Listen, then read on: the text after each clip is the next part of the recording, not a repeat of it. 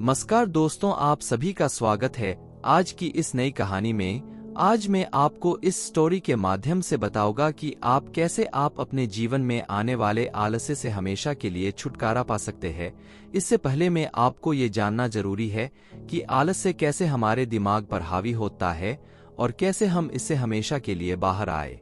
तो चलिए शुरू करते हैं आज की कहानी को। एक बार एक बहुत ही आलसी नौजवान युवक एक महात्मा जी के पास जाता है और उनसे पूछता है कि हे महात्मन, मुझे आलस बहुत आता है, मैं क्या करूं?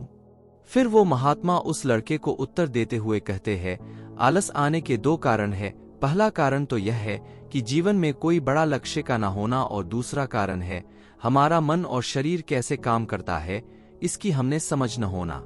ज्यादा आलस किस प्रकार के व्यक्ति को आता है? जिसके जीवन में बहुत बड़ा लक्ष्य नहीं है, उसके जीवन से तो आलस्य कभी जा ही नहीं सकता। लेकिन जिस व्यक्ति का कोई लक्ष्य तो है, लेकिन उसे अपने मन और तन की समझ नहीं है, वह भी हमेशा आलस्य से घिरा रहता है। हमारा मन बहुत ही बड़ा कलाकार है, इसलिए यह हमें मूर्ख बनाने में कोई ज्यादा समय नहीं लगाता। मन कैसे हमें बेवकूफ बनाता है, आइए जानते हैं। जब हम ध्यान करने की कोशिश करते हैं तो हमारा मन हमसे कभी यह नहीं कहेगा कि मुझे ध्यान नहीं करना, बल्कि ये तुमसे कहेगा कि ध्यान करना तो अभी सही नहीं है, यह तो ब्रह्म मुहूर्त में अच्छा होता है। इसलिए ये अपने काम से आसानी से इस प्रकार छुटकारा ले लेगा और इससे आप भी खुश होंगे, क्योंकि आप नहीं समझ पाए कि आप बेवकूफ बन गए, क्योंकि मन ने आपको एक नई राह दिखाकर आपसे किनारा कर लिया है। क्योंकि अब न तो आप ब्रह्मा मुहूर्त में उठ पाएंगे, न ध्यान कर पाओगे। इसी प्रकार ये तुम्हें धन कमाने के लिए भी कभी मना नहीं करेगा। ये तुम्हें समझाएगा कि धन ही सब कुछ थोड़ी होता है, धन से सब कुछ हासिल नहीं किया जा सकता। इस प्रकार ये कभी तुम्हारा विरोध नहीं करेगा, बल्कि तुम्हें मूर्ख बनाता है। आप सोच कर देखो, बिल्कुल ऐसा ही होता है ना तुम्हारे साथ। और कमाल की बात तो यह है कि तुम मूर्ख बन भी जाते हो। लड़के को महात्मा की सारी बात सच लगी, तो उसने महात्मा जी से आगे प्रश्न पूछते हुए कहा कि महात्मन, आप मुझे इसका कोई उचित समाधान बताए। फिर महात्मा जी बोले, जो ये तुम्हारे साथ करता है वही तुम अपने मन के साथ करो। जैसे तुम्हारा मन तुम्हें मूर्ख बना रहा है, वैसे तुम इसे मूर्ख बनाओ। जब तुम्हारा मन तुम्हें कहे कि कुछ देर आराम कर लेता हूँ और सो जाता हूँ, उसके बाद काम करूंगा, तो तुम इससे कहो कि थोड़ी ज्यादा देर आराम कर लूंगा, लेकिन उससे पहले ये काम खत्म कर लेता हूँ, बस थोड़ा सा तो काम है। जब तुम्हारा मन कहे कि आज स्वादिष्ट भोजन करूंगा, तो तुम इससे कहो कि हाँ, क्यों नहीं, भोजन के साथ साथ आज अच्छी मिठाई भी लूंगा, लेकिन उससे पहले 1 घंटा कसरत कर लेता हूँ, ताकि वो अच्छे से मुझे हजम हो सके और मैं उसका पूरा आनंद ले सकूं। इस प्रकार तुम अपने मन को मूर्ख बनाओ। लड़का अगला सवाल करते हुए कहता है, हे महात्मा, मैं कब तक अपने मन को इस प्रकार मूर्ख बनाऊं? फिर महात्मा जी उससे बोले कि जब तक अपने आलस से मुक्त रहना चाहते हो, तब तक तुम्हें अपने मन को मूर्ख बनाते रहना होगा। लड़का कहता है, कभी कभी तो ऐसा होता है कि मुझे अफसोस होता है, मैं अपने जीवन में कुछ कर नहीं रहा हूं, लेकिन मेरे भीतर से कुछ करने का मेरा मन ही नहीं होता। तो ऐसी स्थिति में मैं क्या करूं? ये सुनकर महात्मा जी कहते हैं, मन को तुम मूर्ख बना सकते हो, लेकिन शरीर को तुम्हें समझना होगा। हमारा शरीर चलता है भोजन से। तुम यदि गलत भोजन करोगे तो सही काम कैसे करोगे? कैसे तुम्हें काम करने की ऊर्जा मिलेगी? गलत भोजन यानी जो तुम्हारे स्वास्थ्य के अनुकूल ना हो, लेकिन तुम अपने स्वाद के लिए खाते हो, जिसका पाचन तुम्हारे शरीर में होता नहीं है। इसलिए तुम ऐसे भोजन को छोड़कर ऐसा भोजन करो जो कि तुम्हारे अंदर ऊर्जा उत्पन्न करे, न कि तुम्हें आलस्य से भर दे, जैसे कि ताजा फल, हरी ताजी सब्जियां और घर का बना शुद्ध खाना आदि।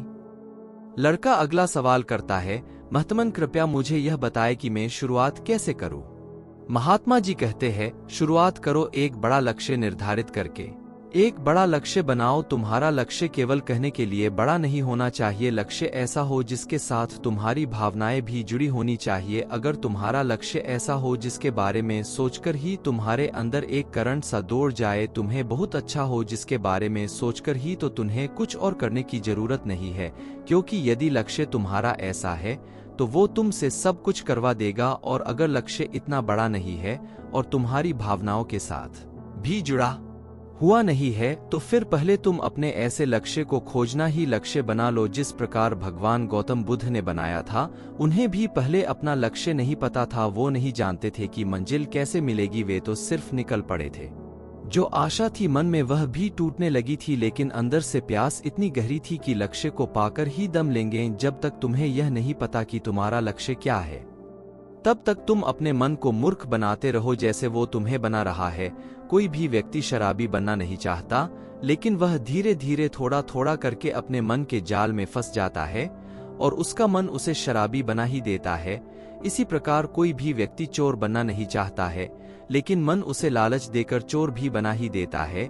एक बात तो तुम भी हमेशा याद रखना, जब तक तुम बुद्धि से ऊपर उठकर बुद्ध नहीं बन जाते, तब तक तुम्हारे पास दो विकल्प है, या तो तुम अपने मन के द्वारा मूर्ख बनो या फिर तुम इसे मूर्ख बनाओ कामयाब होने के लिए।